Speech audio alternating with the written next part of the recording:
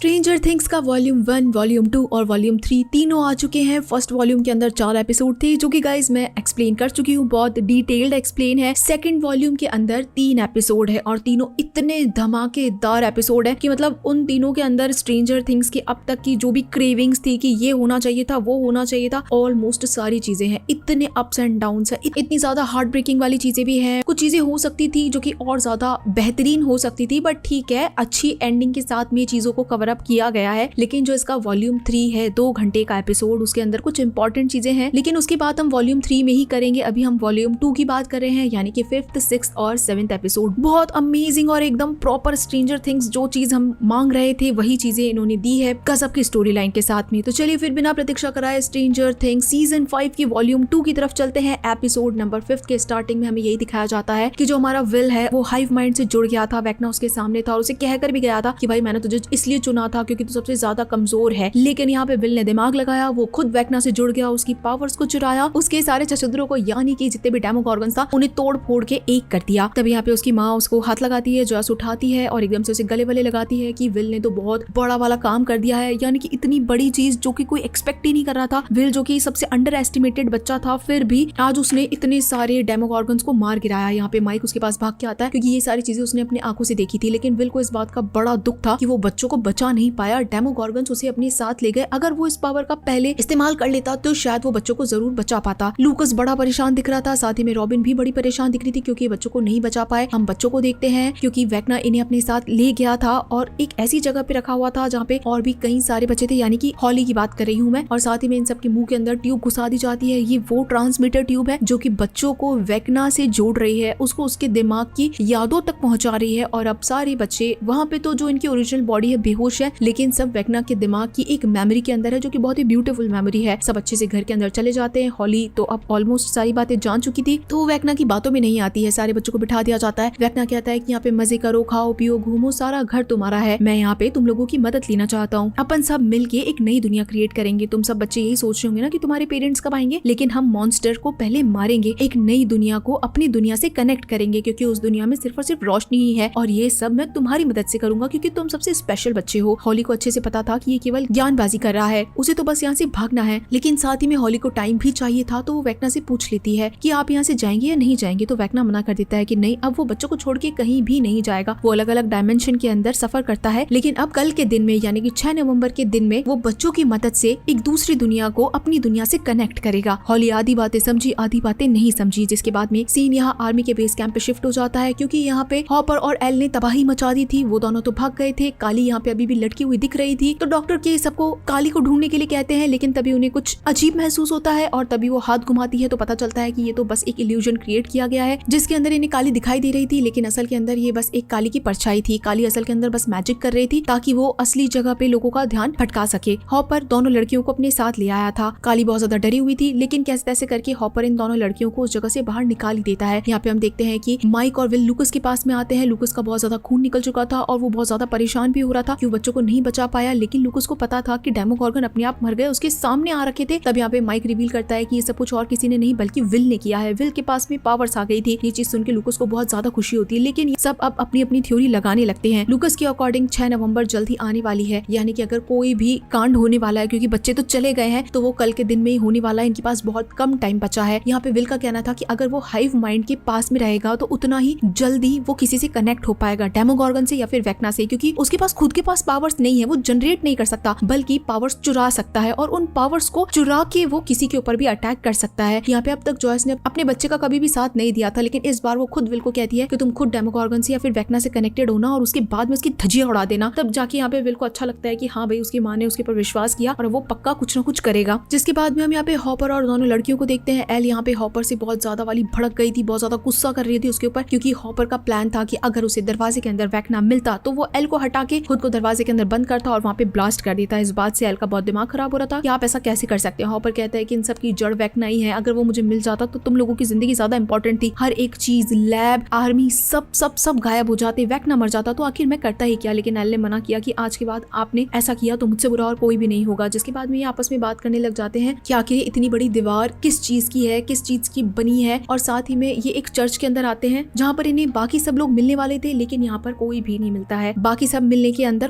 कौन कौन था गाइस? डस्टिन, स्टीव, जॉनथन और नैन्सी, ये चारों एक दूसरी जगह पे थे। ये चारों लैब के अंदर थे जहाँ से सारी की सारी कहानी स्टार्ट हुई थी। अब जब इन्होंने वो वॉल देख ली थी, इन लोगों को एक तरीके का शील्ड जनरेटर चाहिए था। अगर शील्ड जनरेटर मिल गया और उसे ब्लास्ट कर दिया गया तो वेक्ना ने जो वॉल क्रिएट करी है जिसके पीछे बच्चे छुपा रखे हैं, तो ये बच्चों को आराम से ढूंढ पाएंगे और उसके जितने भी इरादे थे कह सकते हैं कि वो आराम से तोड़े जा सकते हैं। तो इन्हें इस पूरी जगह पे शील्ड जनरेटर को ढूंढना है, ऐसा डस्टिन की एक तरीके की थ्योरी थी। लेकिन इन लोगों को टीम बना के आगे पीछे ढूंढना पड़ेगा कि आखिर वो दिखता कैसा होगा, क्योंकि इन्हें ये तो नहीं पता था कि वो चीज क्या है और कैसी दिखती होगी। तो यहाँ पे आपस के अंदर इनके झगड़े चल ही रहे थे। कैसे तैसे करके दो टीम बनाते हैं। जॉनथन और नैन्सी एक साथ जाते हैं, स्टीव और डस्टिन एक साथ में जाते हैं। स्टीव और डस्टिन के भी आपस में बैक टू बैक झगड़े होते ही जा रहे थे। यहाँ हम बच्चों को देखते हैं जो कि बहुत मजे कर रहे थे, खेल रहे थे, घूम रहे थे, कुछ करना तो था नहीं इन्हें, लेकिन हॉली को यहाँ से भागना था। कैसे तैसे करके वो झूठ बहाना बना के इधर उधर निकल जाती है और जाके सीधा मैक्स से मिलती है। मैक्स उसे डांटती है कि तुम आखिर बाहर कैसे आई। हॉली आके उसे सब कुछ बता देती है कि वेक्ना यहाँ पे कल के दिन में कुछ करने वाला है, एक दूसरी दुनिया को हमारी दुनिया से जोड़ने वाला है। मैक्स को भी ढंग से समझ में नहीं आता है कि आखिर वो किस तरीके की बात कर रहा है, लेकिन कुछ भी करके इन्हें बस भागना है ताकि बाहर की दुनिया में जाके वेक्ना को मार सके। अब ये सारी की सारी बातें डेरिक सुन लेता है। डेरिक को देख के ये दोनों भी डर जाते हैं, लेकिन डेरिक बताता है कि उसे बाहर से ही सारी चीजें पता थी, वो तो मैक्स और विल के साथ में काम करके आया है, तो ये दोनों उसे प्लान के अंदर शामिल कर सकते हैं। तो यहाँ पे हॉली कहती है कि हम तुम्हें अपने साथ भगा तो नहीं सकते हैं, लेकिन तुम हमारी भागने में मदद जरूर कर सकते हो। जिसके बाद हम अपने वर्ल्ड के अंदर बैठे हुए जितने भी ये बच्चे लोग बड़े सब थे एक साथ में बैठ के प्लानिंग करते हैं कि आखिर ये वेक्ना से कैसे जुड़े, हाइव माइंड से कैसे जुड़े, विल उन तक कैसे पहुंचे, बाकी सब लोगों को कैसे ढूंढे। सबके पास में अपने अपने प्लान थे, लेकिन कोई भी चीज सही तरीके से काम नहीं कर रही थी। तब ये एक फूड ब्रेक लेते हैं कि चलो खाना वाना खाते, थोड़ा दिमाग वगैरह चलने लगेगा। अब जैसे ये लोग खाने का ब्रेक लेते हैं तभी दो जनों का दिमाग चलता है, एक लूकस का और एक उसकी बहन एरिका का। दोनों भागते हुए आते हैं और अपने अपने प्लान बताते हैं। एरिका कहती है कि हमें डस्टिन की जरूरत थी क्योंकि डस्टिन के पास में ट्रांसमीटर था जिससे कि हम अपनी दुनिया और अपसाइड डाउन वर्ल्ड को कनेक्ट कर सकते हैं और पता कर सकते हैं कौन इंसान कहाँ पर और वेक्ना को ढूंढ सकते हैं। हमारे पास डस्टिन नहीं है, लेकिन उनके भी गुरुजी यानी उनके टीचर है। अगर हम उनके पास में जाएं और ट्रांसमीटर बनवाएं तो हम अपसाइड डाउन वर्ल्ड से कनेक्ट हो सकते हैं। हालांकि एक बहुत लंबा प्रोसेस था। यहाँ पे लूकस के पास में एक आइडिया था। पॉपकॉर्न बनाते बनाते उसे समझ में आया था कि अगर हम किसी भी चीज को हीट देते हैं तो वो चीज बढ़ जाती है, तो ये सेम चीज वो वापस से कर सकते हैं। इन लोगों के पास में एक डेमोगॉर्गन पड़ा है। डेमोगॉर्गन के अंदर अगर ये लोग हीट डालेंगे तो उसके जो पार्टिकल्स हैं वो वापस से जनरेट हो जाएंगे, वापस से बढ़ जाएंगे, वो जिंदा हो जाएगा। और हाइव माइंड से जुड़ने के लिए इन्हें डेमोगॉर्गन की जरूरत है। तो विल उसके पास बैठेगा और सीधा हाइव माइंड से जुड़ के हमें कई सारी इन्फॉर्मेशन दे सकता है। दोनों ही चीजें बहुत ज्यादा रिस्की है, लेकिन क्यों ना दोनों ही चीजों पे काम किया जाए। जिसके बाद में हम अलग अलग लोगों को देखते हैं। यहाँ पे स्टीव और डस्टिन एक साथ में थे और आपस में भिड़ लेते हैं। स्टीव का कहना था कि डस्टिन केवल और केवल एडी के पीछे लगा हुआ है, उसे बाकी दोस्तों से कोई मतलब नहीं है, उसे केवल खुद से मतलब है। और यहाँ पे डस्टिन का कहना था कि स्टीव एक नंबर का फालतू इंसान है, उसे नैन्सी चाहिए, हर वक्त लड़की के पीछे पड़ा रहता है, जबकि उसका खुद का बॉयफ्रेंड जॉनथन है, फिर भी उसे डर नहीं लगता। इस चक्कर में इनका बहुत गंदा वाला झगड़ा हो जाता है, तो भी ये आगे बढ़ ही रहे थे। सेम टाइम पे हम नैन्सी और जॉनथन को देखते हैं जो कि ऊपर की तरफ गए थे। इनका भी आपस में झगड़ा हो जाता है क्योंकि ये दोनों आपस में एक दूसरे से अच्छे से बात नहीं कर रहे हैं। दोनों की अलग अलग एक्टिविटीज है, दोनों कोई चीजें छुपा रहे हैं, दोनों चीजें एक्सप्रेस नहीं कर रहे हैं, आंखें नहीं मिला पा रहे हैं। तो यहाँ पे भी इन दोनों का झगड़ा हो जाता है। लेकिन तभी जॉनथन को आगे बढ़ते हुए एक दरवाजा दिखता है जिसके अंदर से व्हाइट कलर का लिक्विड निकल रहा था, मोम और पेंट जैसा लिक्विड। और वो दरवाजा जैसे ही खोलता है तो आगे तो और भी भयानक चीजें थी। हालांकि इन लोगों को भी डस्टिन की थ्योरी पे बिलीव नहीं था, लेकिन फिर भी इन्हें कुछ चीजें तो ढूंढनी ही थी। यहाँ हम दूसरी तरफ हॉपर को देखते हैं जो कि ऊपर के वर्ल्ड में जॉयस से कनेक्ट करने की कोशिश कर रहा था। तो एल और काली बैठ के आपस में बातचीत कर रहे थे। एल अपने पावर से किसी को भी ढूंढ सकती है, लेकिन उसने कभी भी काली को ढूंढने की कोशिश नहीं करी। हो सकता है वो उससे डरती थी। बात का बहुत ज्यादा रिग्रेट है एल को। सेम टाइम पे काली भी उसे बताती है कि उसके साथ में कितना बुरा हुआ। आर्मी मेंबर्स ने उसे ढूंढ लिया, उसके दोस्तों को जान से मार दिया, उसे उठा के सीधा लैब के अंदर ले आए। उसे लग रहा था कि शायद उसके ऊपर एक्सपेरिमेंट होगा, लेकिन एक तरीके से उसके ऊपर तो टॉर्चर हो रहा था। बैक टू बैक उसका ब्लड लिया जा रहा था, कोई रुक ही नहीं रहा था। उसे लगने लगा था कि ये जो डॉक्टर के है वो एक तरीके की मॉन्स्टर बन चुकी, वेम्पायर बन चुकी है, और शायद उसके ब्लड लेने की वजह से जो काली है उसकी पावर्स भी चली गई है। इसलिए कुछ टाइम के लिए उसका ब्लड लेना रोक दिया गया, लेकिन फिर से वो नॉर्मल हुई और उसका ब्लड लेना शुरू कर दिया गया। मतलब ये चीज कभी रुकी ही नहीं। एक दिन तो काली ने खुद को बचाने के लिए लोगों के ऊपर अटैक कर दिया और वो वहां से भाग गई। जिसके बाद में सीन कट करके सीधा डेरिक के ऊपर शिफ्ट हो जाता है। अब उसे हॉली और मैक्स की मदद करनी थी, इसलिए वो वेक्ना का ध्यान भटकाने के लिए सीधा जंगल में भाग जाता है ताकि मैक्स और हॉली को टाइम मिल सके। दूसरी तरफ हम यहाँ विल और रॉबिन को देखते हैं क्योंकि ये सब मिलके हाइव माइंड से जुड़ने के लिए एक डेमोगॉर्गन को जिंदा करने वाले थे। ये एक पंपकिन के ऊपर पहले टेस्ट कर रहे थे कि क्या अगर इसे सप्लाई किया गया तो इसके अंदर इलेक्ट्रिसिटी आ रही है या फिर नहीं आ रही है। ये चीजें करते करते आपस में ये लोग बात भी करने लगते हैं और रॉबिन यहाँ पे फिर से विल के साथ में बात करती है कि कैसे जो उसका जो जेंडर रिवील था, जो उसका सेक्सुअलिटी वाला पार्ट था, वो उसने किस तरीके से रिवील किया, उसका इंटीमेसी वाला पार्ट किस तरीके से बाहर आया। वो ये भी बताती है कि पहली बार उसने ये सारी चीजें स्टीव को बताई थी। विल को विश्वास ही नहीं होता कि स्टीव हमारा वाला स्टीव। तब रॉबिन कहती है कि हाँ, जब रशियंस ने हमें पकड़ लिया था तब हमें दवाइयां ऐसी सी खिलाई थी जिसे हमें सच बोलना पड़ रहा था। गाइस ये पहले वाले सीजन की बात हो रही है, यानी कि सीजन 4 के अंदर जब ये लोग पकड़े गए थे तब की बात है। तब यहाँ पे हम लोगों को तो लग रहा था कि शायद वो स्टीव को पसंद करती है, लेकिन उस वक्त उसने बोला था रॉबिन ने कि वो एक लड़की को पसंद करती है। तब दिल तो बहुत टूटे थे सबके, लेकिन ठीक है, अब रॉबिन की भी अपनी चॉइस है, वो स्टीव को नहीं पसंद करती तो नहीं पसंद करती। लेकिन स्टीव ने इस राज को राज ही रखा, कभी किसी को बताया नहीं। लेकिन रॉबिन ने ये बात जब स्टीव से शेयर की तब जाके उसमें कॉन्फिडेंस आया कि वो जिस लड़की को प्यार करती है यानी कि विकी को, उसको भी रिवील कर सके। ये बातें सुन के विल हमेशा मोटिवेट होता रहता था और कहीं ना कहीं खुद के बारे में भी जानता रहता था। वो रॉबिन को भी थैंक यू बोलता है कि तुम्हारी वजह से मैं खुद को जान पाया। हालांकि रॉबिन को तो समझ में नहीं आया कि उसने ऐसा क्यों कहा, लेकिन इनका जो ये मिशन था इलेक्ट्रिसिटी पास करने वाला वो तो पूरा हो गया था। दूसरी तरफ हम मैक्स और हॉली को देखते हैं जो कि अपने यादों के दरवाजे ढूंढ रहे थे ताकि वो पहली याद तक पहुंच सके, शायद इन्हें वहां से घर जाने का रास्ता मिल सके। इन्हें पहली याद मिल जाती है। हॉली के ऊपर वेक्ना ने नजर रखना शुरू करा था। हॉली बहुत बुरी तरीके से डरी हुई थी, लेकिन मैक्स उसे समझाती है कि ये सब कुछ यादें हैं, तुम्हें डरने की बिल्कुल भी जरूरत नहीं है, एक भी चीज सच नहीं है। ये लोग आगे बढ़ते जाते हैं और हॉली की यादों से होते हुए कई दूर तक पहुंच जाते हैं। दूसरी तरफ हम स्टीव और डस्टिन पे आ जाते हैं। ये लड़ के इतनी बुरी तरीके से लड़ लेते हैं कि हाथापाई पे उतर आते हैं और एक दूसरे को लात घूसे मारते हैं। डस्टिन भी बुरी तरीके से पिट गया था और स्टीव गुस्सा होकर वहां से चला गया था। तभी डस्टिन के पीछे उसे एक दरवाजा मिलता है, दरवाजे के अंदर वो जाता है और उसे न जाने कितनी सारी थ्योरी मिलती है, डॉक्यूमेंट्स मिलते हैं, यहाँ पे जो चीजें होने वाली है या फिर यहाँ पे जिस चीज के अंदर वो लोग फंसे हैं वो सारी चीजें उसे दिख जाती है और उसकी हालत खराब हो जाती है। यहाँ पे हम नैन्सी और जॉनथन को देखते हैं जो कि उस मोम से पिघली हुई जगह को देख के बुरी तरीके से डरे हुए थे और सोच रहे थे कि इन लोगों को ऊपर जाना चाहिए या नहीं जाना चाहिए। शायद तक डस्टिन की थ्योरी ठीक है और ट्रांसमीटर शील्ड को खत्म करने का यानी कि उस वॉल को खत्म करने का यहीं पे मिलेगा। उसे कुछ लोग जले हुए, मरे हुए, कटे हुए भी मिले और इन्हें लग रहा था कि सब कुछ वेक्ना ने किया है और ये लोग आगे बढ़ते ही जा रहे थे। जिसके बाद में हम यहाँ पे काली को देखते हैं जो कि अपनी स्टोरी बता रही थी एल्को की, कैसे वो भागने के बाद में इधर उधर जा रही थी। कार्ड स्वाइप करा और उसने एक गलत कमरे को खोल लिया, जिस कमरे को शायद उसे कभी खोलना ही नहीं चाहिए था। उस कमरे के अंदर उसे बहुत सारी प्रेग्नेंट लेडीज दिखी और इतनी सारी प्रेग्नेंट लेडीज को ब्लड चढ़ाया जा रहा था। किसका ब्लड? काली का ब्लड। ये औरतें मर रही थी, इनके बच्चे भी मर रहे थे, लेकिन काली के ब्लड से एक्सपेरिमेंट करके काली जैसे बच्चे पैदा किए जा रहे थे। काली यहाँ पे एल को रिवील करती है कि जैसा हमारे साथ हुआ था, पापा ने हमारे साथ किया था, हम बच्चों को भी बनाया गया था, हमें ड्रग देकर नहीं बनाया गया है बल्कि वेक्ना हेनरी के ब्लड से हमें प्रोड्यूस किया गया था। वैसे ही बच्चे और भी बनाए जा रहे हैं। पापा का जो प्रोजेक्ट बंद हो गया था वो प्रोजेक्ट डॉक्टर के स्टार्ट कर रही है और मुझ जैसे तो बच्चे बना लिए हैं, लेकिन उसके बाद में वो तुम्हें पकड़ना चाहते हैं। एल को तो इन बातों पे विश्वास ही नहीं होता कि आखिर आर्मी उसके पीछे क्यों पड़ी हुई है, लेकिन काली की इतनी बड़ी थ्योरी के बाद में जाके एल को विश्वास हो जाता है कि आखिर डॉक्टर के उनके पीछे इसलिए पड़ी हुई है कि उसे पकड़ के उसके ब्लड के थ्रू नए बच्चे बनाए जाएंगे ताकि ऐसी पावर्स और कई सारे बच्चों में आ सके। जिसके बाद हम डेरिक को देखते हैं जो कि जंगल के अंदर जा चुका था ध्यान भटकाने के लिए। तभी उसे वेक्ना पकड़ लेता है और बुरी तरीके से डरा देता है। डेरिक यहाँ पे हार मान चुका था क्योंकि वेक्ना उसे बुरे से विजन्स दिखा चुका था, उसी के परिवार के मरे हुए चेहरे। बच्चा डर जाता है और सीधा लोगों के बीच में चला जाता है। यहाँ पे हम हॉली और मैक्स को देखते हैं जो कि हॉली की ऑलमोस्ट आखिरी वाली याद के पास में थे। बच्चे वाला स्कूल वाला सीन था, वो गोल गोल घूम रही थी और तभी उसे दूसरी जगह पे जाने का दरवाजा मिला जो कि उसके कमरे का था, जहाँ से हॉली को डेमोगोर्गन अपने साथ लेके गया था। बहुत बच्चे डरे हुए थे फिर भी अंदर चले जाते हैं। मैक्स बार बार समझाती है हॉली को कि डरने की जरूरत नहीं है, यहाँ पे कोई भी चीज रियल नहीं है। यहाँ हम देखते हैं कि विल के लिए पूरी तैयारी कर ली गई थी। डेमोगोर्गन को ले आते हैं, उसके अंदर इलेक्ट्रिसिटी जनरेट करने के लिए काफी सारे कीले वगैरह घुसा देते हैं और ये भी सोचते हैं कि अगर 50% पे इसको इलेक्ट्रिसिटी दी गई तो ये जिंदा हो सकता है, 100% पे दी गई तो इसे ज्यादा इलेक्ट्रिसिटी के